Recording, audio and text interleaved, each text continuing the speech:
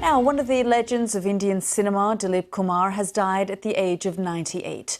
The winner of more awards than any other Indian actor, Kumar's been praised for the range of his roles. Born Muhammad Yusuf Khan, Kumar first found work in the industry as a scriptwriter, but moved in front of the cameras in 1944. Critical success came rapidly, with films like Didar, meaning The Sight, in 1951, Devdas in 1955, and Mughal Azam, which became one of the biggest box office hits in Bollywood.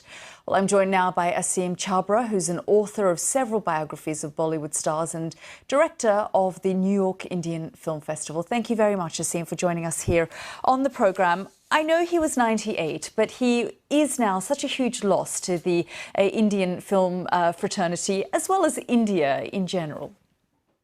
Yeah, he had been unwell for a very long time, and also Dilip Kumar, I think his last film was released like in the late 1990s, which probably did not do well. So in fact, his last hit was probably in the early 1990s. So he had obviously not been acting for a very long time, but he was such a legendary figure. And until about 5-6 years ago, when he was not well, before that, his health was more or less fine. He was constantly invited to film events, to awards and things like that. And the impact that he had on the film industry over the decades. I mean, Amitabh Bachchan, who's one of the most popular Indian actors, and Shah Rukh Khan, who became very popular in the 90s and 2000s, they both sort of secretly desired having a bit of Dilip Kumar in them. So the kind of admirers that Dilip Kumar had, because of the work he did, the roles he played, Indian cinema, Hindi cinema, especially in the 40s and 50s, and even after that, tend to be very melodramatic, very over-the-top sort of acting. And one of the Dilip Kumar's greatest contributions was that he underplayed his roles. He brought a sort of a nuanced sort of acting style, which had not been experienced before.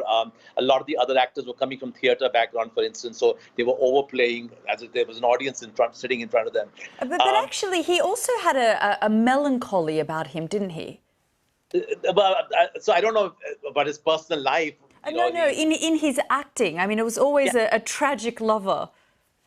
Yes, so he was cast as a tragic lover, and he did very well there, and that took him places. And but it was always a very quiet kind of tragedy. It was, there's a film called Devdas, which was released in 1955, based on a classic Indian novel, and it's been made into films many times after that also. But it was that quiet tragedy of his where he would be drinking and slowly sort of becoming melancholic, really, which is what he was really respected for. And as an audience member, I was very young then, because his performances belonged to my parents' generation. And then when I was a teenager, I was watching him in some films also. His roles, his characters stayed with you. And when we would think about those films, we would think about Dilip Kumar. Indeed, and it's not just Prime Minister Modi talking about his sadness and people within India. We've also had Imran Khan, the Prime Minister of Pakistan, tweet his sadness, because, of course, Dilip Kumar was born in what's known as Peshawar today, and that was before partition in 1944. Right, and he got one of the, he won many awards in India, many awards from the Indian government, but he got one of the highest honors from the Pakistani government also. Indian cinema, even though India and Pakistan became two separate countries in 1947, but the Indian popular cinema, the Hindi language cinema, which we sometimes also call Bollywood, has stayed very popular in Pakistan. The language, the cultures are so similar. And Dilip Kumar, given the fact that he was obviously born Muslim, so he was a Muslim man, although he had taken a Hindu name, was very, very popular in Pakistan for many of those reasons. Indeed, just very briefly, tell us a little bit more about his legacy, because as you say, big stars today like Shah Rukh Khan, Amitabh Bachchan looked to him and were really admired his work.